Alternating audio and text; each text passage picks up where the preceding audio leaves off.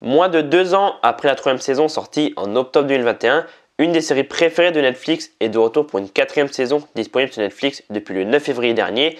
Et après une 3e saison rafraîchissante, Joe est de retour dans une saison qui s'annonçait assez surprenante.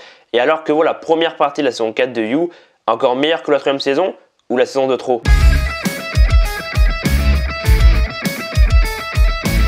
Après la fin de saison 3 où Joe était parti à Paris pour commencer une nouvelle vie mais aussi retrouver Marianne, l'intrigue se passe finalement à Londres où Joe est maintenant professeur, mais alors que tout semblait se passer bien dans sa nouvelle vie, en une soirée tout a basculé, il va devoir trouver qui l'a piégé.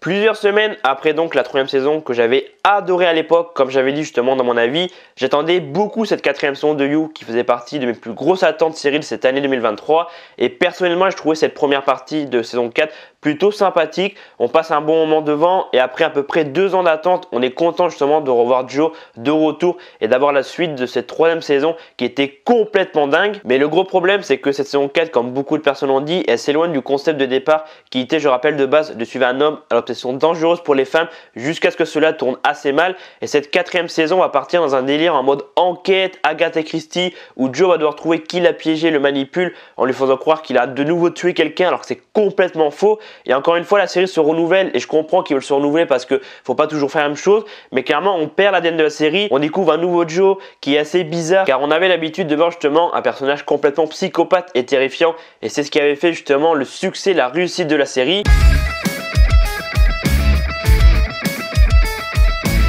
Pour moi, avec cette 4e saison, enfin cette première partie de saison 4, Netflix a voulu surfer sur la vague du huis clos sanglant ou appelé aussi whodunit, qui est un genre de film qui revient à la mode depuis quelques années au cinéma, avec par exemple Le Crime d'Orient Express, À couteau tiré, Glace sur nom, Coup de théâtre, et Netflix abandonne mais toutes les pistes amorcées en saison 3, avec notamment Marianne que l'on va revoir via des scènes flashback à Paris. Et c'est tout, Marianne, on la verra, mais alors plus du tout pendant la première partie de saison 4. Peut-être qu'en seconde partie de saison 4 qui sort le 9 mars, donc dans quelques jours, on la reverra. Mais en vrai, j'y crois pas trop parce que comme je dis, très rapidement, ils basculent dans ce côté whodunit, un peu Agatha Christie. Ils abandonnent tout le concept de base et en vrai, c'est assez dommage parce que c'est ce qui faisait vraiment le charme des 3 premières saisons.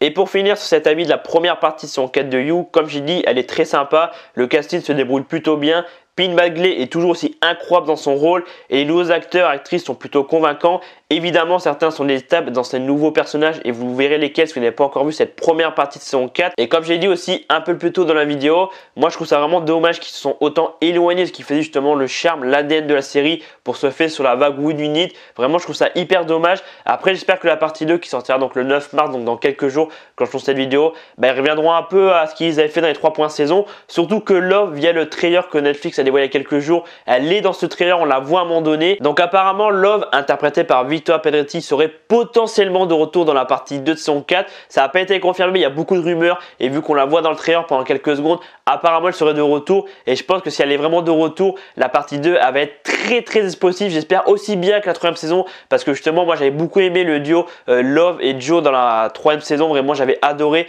j'ai mis un note de 5 sur 5. Là pour la première partie, j'ai mis un note de 3,5 sur 5 parce que c'est pas aussi bien que la première saison, c'est pas aussi bien que la 2e et c'est encore moins bien que la 3e saison. Donc rendez-vous le 9 mars sur Netflix, donc dans quelques jours quand sort cette vidéo, pour la seconde partie de saison 4 de You, qui j'espère sera largement meilleure que la première partie. Évidemment, je ferai l'avis de la seconde partie qui sort dans quelques jours, donc le 9 mars.